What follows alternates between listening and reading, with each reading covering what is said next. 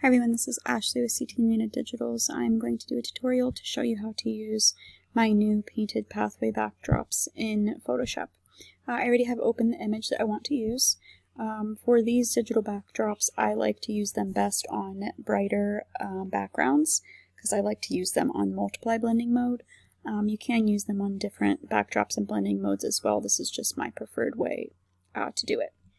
So first I'm going to start out by selecting my subjects. I'm going to go to my quick selection tool and select subject. You can use your contextual taskbar too if that's what you prefer to do, or however you prefer to select your subject, and then use your plus and your minus tools up here just to add or subtract from the selection.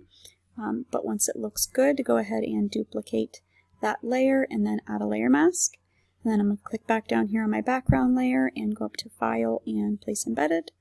And then you would navigate to whichever folder your digital backdrops are saved. And then I'm just going to go ahead and choose one. I'll just do the first one here. Go ahead and press OK. And then I'm going to unlock that layer real quick. And I'm going to go ahead and select both my bottom layer and my top layer. And I'm just going to resize her real quick, bring her up here, and now since I did that, I should have done that post-processing, but I'm going to show you how you can quickly correct that. I'm going to change my digital backdrop layer to multiply, and as you can see, it's just going to have that box out there, and that's just because I extended that initial backdrop. So I'm just going to hide this real quick, and I'm just going to use my marquee tool here, select fill. I'm just going to use content aware. It doesn't need to be perfectly filled. It just needs to be filled. So that way our digital backdrop has somewhere something to lay over. And you can do this whichever way you want. You can use generative fill, or you can use your brush. This is just the way that I'm choosing to do it. Okay. Let's see, this one might fill a little bit off here. Oh, that was pretty good. I'm just going to grab my healing tool here real quick, and I'm just going to get rid of that little spot.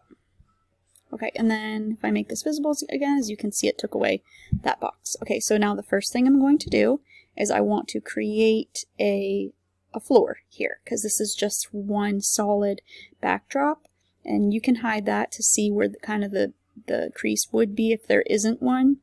I'm going to put it about like right here, about a little below where the knee bends. I'm going to grab my marquee tool and select that from about there where I want it to crease at to the bottom, and then grab my move tool and select one of those boxes. Oops, might need to double click it so it doesn't do that, and then make sure this box right here is unchecked. We don't want that checked. And then come over to Edit and Transform, Perspective, and then grab one of these corners down at the bottom and just drag out. Oop, we're doing it on the wrong layer here. Make sure you're on your digital backdrop layer.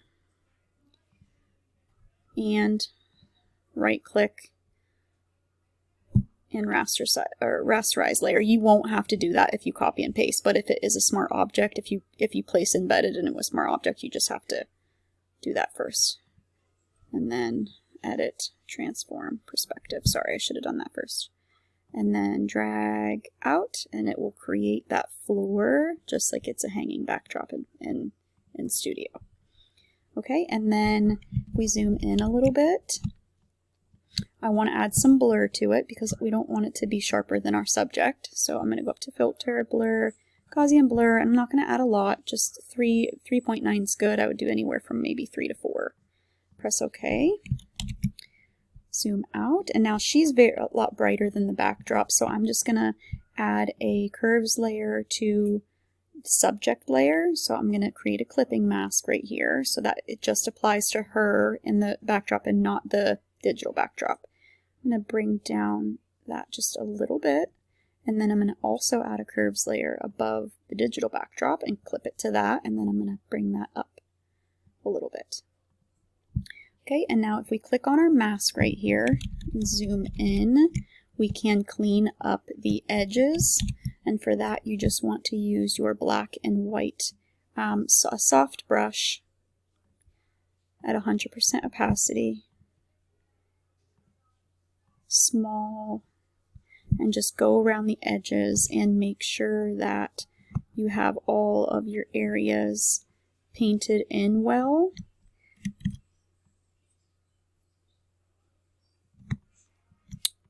So we want to paint off all of our edges, make sure our edges look good, even down here.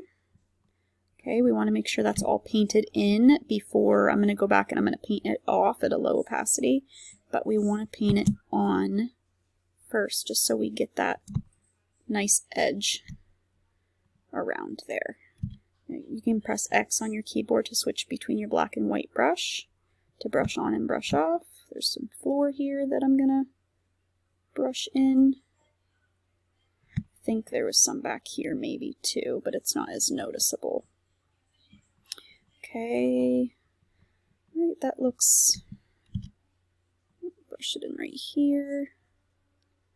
Okay, and now since I'm working with tulle fabric, it's so much harder to do this when you have tulle fabric and it's not just like their legs or a slimmer fitting dress, but it is much easier when you do not have this type of fabric. But how I edit when I do have this fabric is I do a little bit bigger of a brush here, medium size, just to do the bottom, and then I do about 20% opacity, and then I'm going to zoom in real quick, and I'm just going to, oops, sorry, we want a black brush here, and I'm just going to lightly paint off the dress here,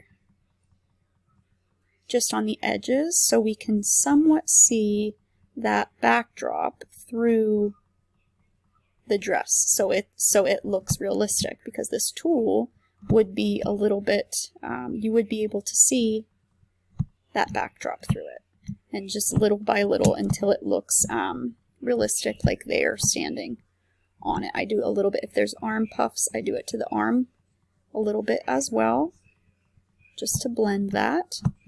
If you feel like you need to add a little bit of shadow to her, because there's deeper shadows in this backdrop too, so I'm going to add another layer above my subject, and it already created that clipping mask for me because I had that curves layer. But if you don't have that curves layer, make sure you right click and create that clipping mask on that layer. And then I'm going to put it on multiply blending mode, and I'm going to grab a soft brush at about 20% opacity, and then I'm going to grab a shadow on her dress, hold down Alt on my keyboard, grab a shadow, and then I'm just going to paint in a little bit of shadow on the back of her. Not a lot, just enough to kind of better blend my, as you can see off and on, that made it look a lot more realistic behind her in the dress, because there's deeper, you want the shadows to match the backdrop. Okay, I'm going to zoom out, and I think this looks pretty good, but what I like to do when I do these type of edits is also add just a solid color over the entire image, and it helps to blend the image together. So I'm going to grab, I think, like I'm going to grab my brush here, hold down on my keyboard, and I'm going to grab like a beige color. Make sure you're on your digital backdrop here. I'm going to grab a beige color from the backdrop, and then I'm going to come up to my top layer. I'm going to go to my my panel down here, and I'm going to add a solid color, and it should automatically select that color, but if it doesn't, you can just select it with your dropper over here and press OK. And I'm literally only going to do this on like 5%. As you can see, it's not going to add a ton. It's just going to kind of blend the whole image together a little more seamlessly. And then I'm happy with my edit, so I'm going to go ahead and flatten. And then from there, you can add any more adjustments that you want to. I like to sometimes add a little bit of clarity, so I'm going to go up to Filter and Camera Raw Filter. And then I'm going to go, this thing keeps getting in the way, I'm going to come over here, and I'm just going to add a little bit of clarity to the image, maybe a little bit of contrast. And I would be done and happy with this image here. So let's do the before and after. And it's very pretty, looks very realistic. These are probably one of my favorite drops. I say that all the time, but I love it. If you have any questions, please send me a message. I am happy to help. If you are a studio photographer, I would love for you to join my group on Facebook. I will link that in the description. Also, if you want more free tutorials like this, I post a lot of these on my YouTube channel. Make sure to subscribe so you're notified when I upload new ones.